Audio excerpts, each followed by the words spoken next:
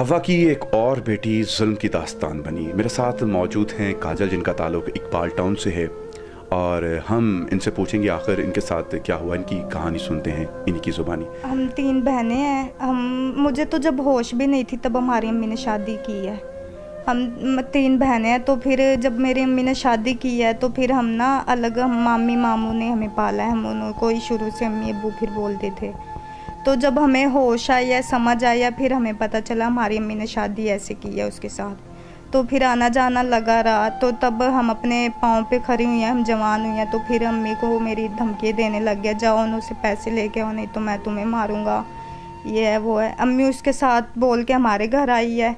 तो फिर हमें धमकी लगाने लग गया, मैं तेज़ाब फेंक दूंगा, मैं छुरियाँ मारूंगा आपको, मुझे 10 लाख दो। वो खेलता है जुआ, तो जुए में पैसे हरा हुआ है, वो हमें बोल रहा है पैसे हम उसके दें। तो हम किस चीज़ के पैसे दें, हमें या उसने दिए हैं या हमारे पे लगाए हैं तो वो मांगे। जब हमने उसका 1 रुपया नहीं लिया ना, हमको उसने किसी चीज़ पे दिया है, तो हमें बिला वजह की धमकी लगा रहा है। हम ना पार्क में जा रही थी, तो पार्क में जाके फिर वो देसी उस तरह नहीं है, वो उस पर हमला मुझ पे किया। इतने लोग थे ना वहाँ पे, अवाम ने मतलब उसको पकड़ा है, मार के वो भाग रहा था ना, तब उसको अवाम ने जाके भाग के पकड़ा था। खूनो खून हो गई थी मैं, तो मुझे होश भी नहीं थी मैं कैसे घर आई, कैसे गई।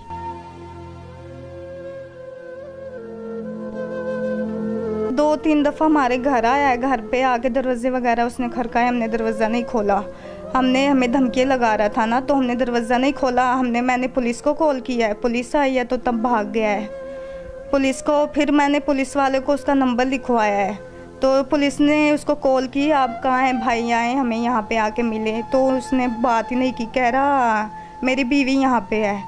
तो उसने बोला आपकी बीवी यहाँ पे है तो आप आएँ, आपका बीवी का जो भी मसला है हम हल कराते हैं। उसके बाद उसने अपना फ़ोन ही ऑफ करके रख दिया। यानी कानून के हाथ में था, हमने कानून पे दिया था सब कुछ। अब 3 हफ्ते बाद बाहर आ गए, मारा भी हमने, मारे भी हमने खाई हैं, और इंसाफ भी हमें नहीं मिला। अभी भी धमकी लगाता है, बाहर आके कह रहा है अभी तो मैंने छुरियाँ मारी हैं ना, अभी बच के रहना, अभी मैं वैसे जान से मारूंगा। हमें तो कानून ने भी कोई फैसला इंसाफ नहीं किया हमारे साथ। जैसे उसने मेरे साथ किया है ना, ऐसे हमें इंसाफ चाहिए। हमें तो इसका पता ही नहीं लगा कि ये हमारे साथ ऐसे करेगा। हम पार्क में गई हैं, पीछे पीछे आ रहा, मैंने इसको बताया तो हमने पीछे मुड़ के देखा, उसने आते ही पहले मेरी बेटी पे वार करा। फिर मैंने पीछे को फिर के देखा तो फिर मैं आगे होगी, फिर मेरे धक्का मार के फिर इस पे वार किया। फिर 2-3 बार इस पे किए, मैं आगे हुई, फिर मेरे पे 2-3 बार उसने किए।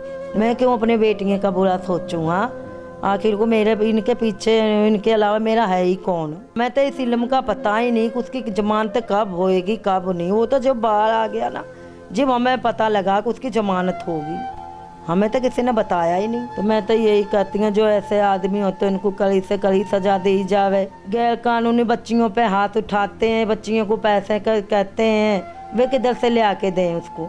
वो तो जुआ खेलता, कहाँ से पैसे ले आके दें?